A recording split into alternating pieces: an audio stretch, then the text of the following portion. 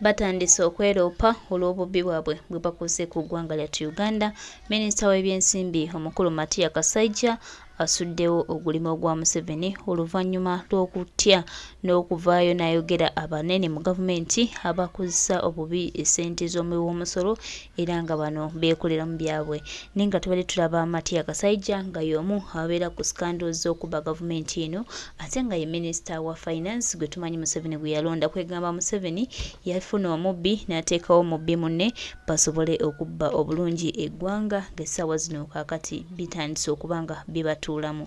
Tebuhabulwa tukumanyi n'obubbi bwo tulowooza nti wonaabuzabuza bw'onaabaako ky'oyagala okubuzaabuza bannayuganda kyekigenda okufuula ow'enjawulo kyekigenda okufuula omuwanguzi. Bannayuganda bakimanyi oli mubbi tokyalina buyinza bw'ogamba nti kino sinze nkikola kubanga munnange tumanyi nti oli mubbi era bintu byonna byokola bya kifere nga watali kubba tobeerawo era obulamu bwonna butambulidde kubanga obba musimbi gwa bannayuganda.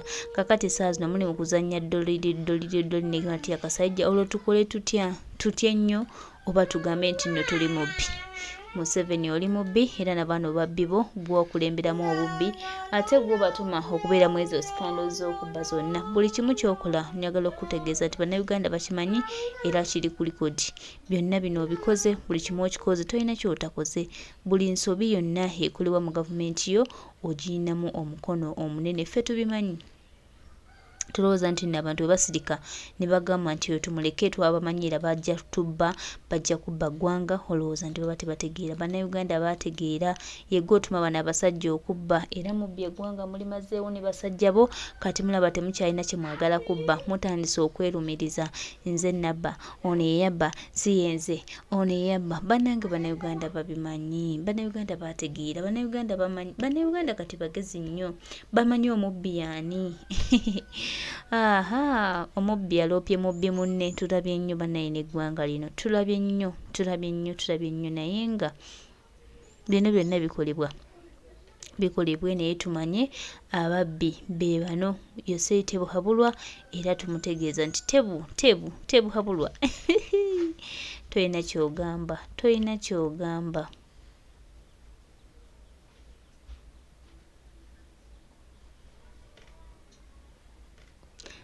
Omubbi aloopa mubbi munne bonna babbi tubamanyi bonna babbi owatali kubba tebalina bulamu. Kati Museveni bw'aloopa kati Matia Kasaigya aloopa Museveni nti ye mubbi yakulemberamu agabbi gasajja gano gatumanyidde. Mr. President, this thing has been hurting me. I don't sleep. I am looking for money. I am abused by colleagues that I'm not giving them money. When I give money, people do not use it for the purpose for which it has been given.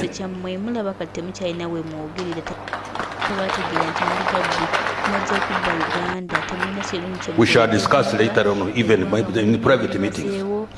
But the question of corruption, Mr. President, is getting the nerves of some of us. It is really very... Assalamu alaikum azore sudiman mubajje kenzo kafukozi ki stories za internet those are all diversions twagala baganda baffe muhozi terrible. We really must whip, we must crack, we must track those fellows who are doing those things. They should not be in our government. They shouldn't be in our government at all. You are a clean man, I'm a clean man, others also clean men and women. We work so hard. We worked hard to bring this country to where it is now. And people want to derail us, to take our country into wars unnecessarily. You know, I can quarrel badly, Mr. President, so you'll excuse me. When I get annoyed, I get annoyed.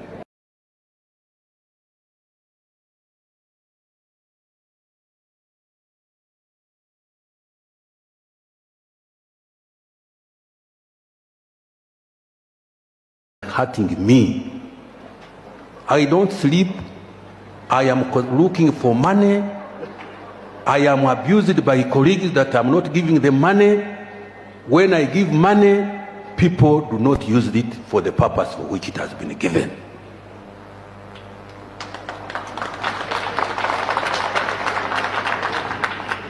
we shall discuss later on, even in private meetings. But the question of corruption, Mr. President, is getting the nerves of some of us. It's really very terrible. We really must whip, we must crack, we must track. Those fellows who are doing those things, they should not be in our government. They shouldn't be in our government at all. You are a clean man, I'm a clean man, others also clean men and women. We work so hard.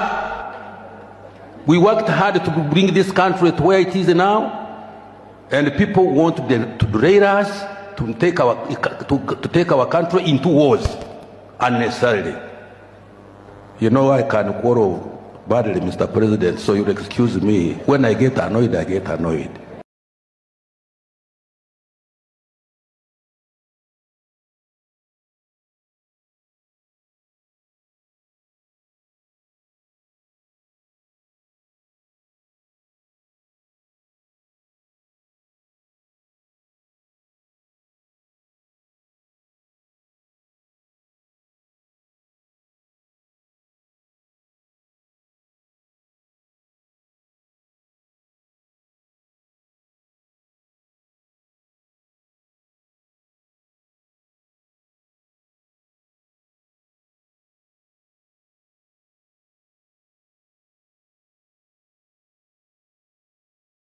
So tutuka Embale tulinze Fortnet akandinda akibuule ne group yaabwe yabataka tanga tugenda Mbale tukuba juice waffe tukuba juice wange nali mukuba bulungi meeting ya time kumacha tukera nti katogenda kulaba president tienti wa Timbale State Lodge nali sinaona saati mpya kwanza nali ngenze bya bia ngenda ngula saati katugenda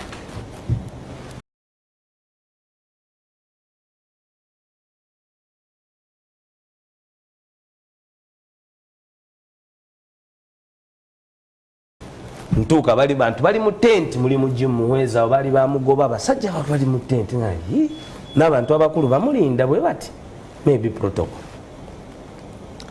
nyingira ba time etuuka nasoka jimu muhweza ekyo kyansumbuwa obwongo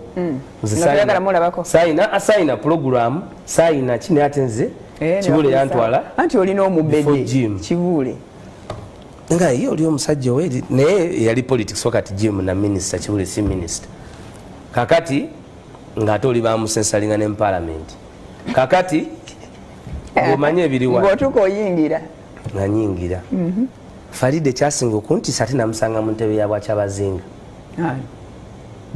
ntebe yakyabazinga ekola kyembale nga gyali mu mpanvu gweti nga liri waggulu nga ate kakati naziraba nga bagijje wali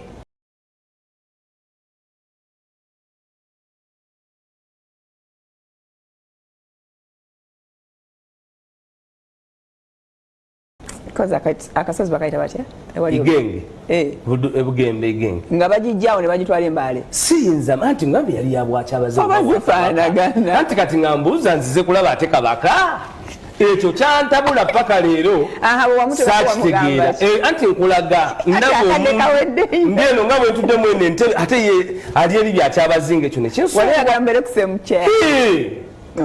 oli wanjawo biri bya nnono ekyo kyankuba wala kakati nambuza bakuzaala wa biti ebyo nambuza ebyo byonna kati nambuza bangamba nti gwe obwongo bwo gwe mawu nebesije bakonoona kibule tells me nti ate banyonoona bati ne mwana naye Mr. President otufuze bubi naye olayiko olina abasawo ekyayina byenjogera mu lukiiko mwalimu kati ye ame kamanda mbadde kibule Jono mwenyini nange they can attest wembasibye nayogera n'omugambo ine nemugambo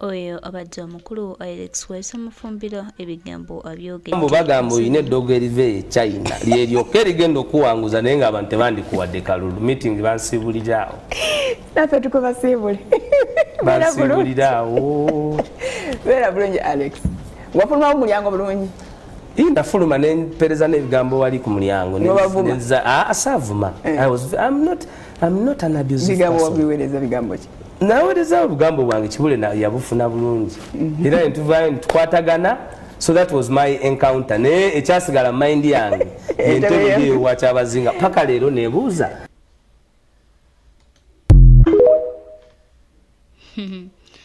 tubadde namukulu Alex Waisa Mufumbiro ebigambo byonna abyogedde kakati tebuhabulwa ajja kulowooza nnyo nti ategeera nnyo okusinga olirake naye ne bw'oyagala otya obudde buweddeyo my friend abaana bo ne bakujubisa batya ninga tukoledde taata wammwe Natasha nga tukoledde taata wo Jeno Muhoozi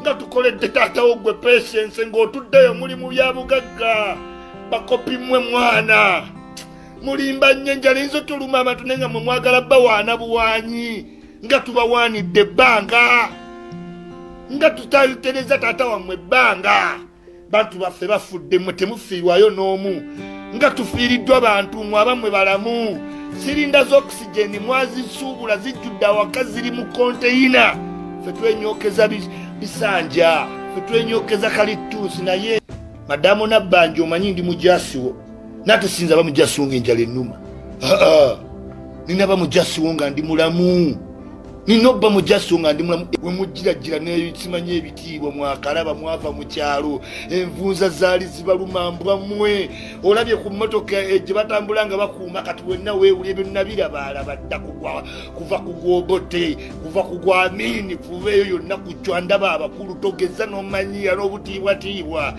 saagala agasiya saagala kumanyira na butiibwatiibwa mu buminisita bwa Museveni tuli awo bakuwadde muno olowooza kuwanirowooza kufa abakolese mu gavumenti gasiya obadde ogenda beera mu gavumenti kimwali muwagira na Bobi Wine mmwe Katonda abayambye kati muwiduyikiza Museveni abawadde ebifo muwadde muwagira Bobi Wine lwaki ogenza Bobi Wine akuwa emmere ekyo ye definition egamba nti the dead are not dead. Yes, muganda waffe Ismail Chuli ebigambo yabyogera, ebigambo yabitugamba, ebigambo yatutegeeza obubbi bw'abaana abasajja kubanga bo bagenda mu maaso n'okubba eggwanga n'okubba buli kimu kye baasangawo ebyabwe n'ebitali byabwe eby'Abannayuganda kwegamba bo buli kimu sanko zaabwe ziri mu kubba ewatali kubba tebalina bulamu naye nga tubagamba mubbye bye mubbye kaseera kagenda tuuka nga Bannayuganda ate nabo bayayaana nga baagala ebyo bye mubabbyeko nga bali mu byeddiza kubanga waliwo ebintu ebitasenguka ng'ettaka temulowooza nti mugenda kubba ettaka lya Bannayuganda ebbanga lyonna mwe nga muli ku ttaka lya bannansi mubba nga bo bannansi batundde butunuzi mulowooze nti mugenda genda nalyo era obabbye fuuti 10 era bajja zikujjako akaseera kagenda tuuka nga kakusasula temulowooza nti mwe mugenda kubeera kaweevu nga mwe muli mu kubba bubbi nga bannansi batudde butuuzi batunda ekyo temukisuubira. Bannayuganda bagenda kuyimuka, Bannayuganda bagenda kwerwanako, Bannayuganda mujja tuddiza ebyaffe oba betya naye nga kye muba mulowoozaako kye mba mmanya nti akaseera k'okusasula nako kajja. Mwe mwefuule nti muli babbi nnyo, mwefuule nti mutegeera nnyo, namwefuule nti muli bwa waggulu nnyo temugambwako, tewali ayinza bagambako. Tubategeeza kaseera k'okusasula ko kajja ate kali kumpi, tekali wala nnyo nammwe era one time mujja tuuka musasudde ebyo byonna bye mubbye. Eno luno lugendo tuluyita mu buyisi ng'ensi yonna ffenna tumanyi tugiyita mu buyisi naye time will come nga Museveni takyalina kyayogera okuggyako okuzza eby'eggwanga by'anaaba awambye.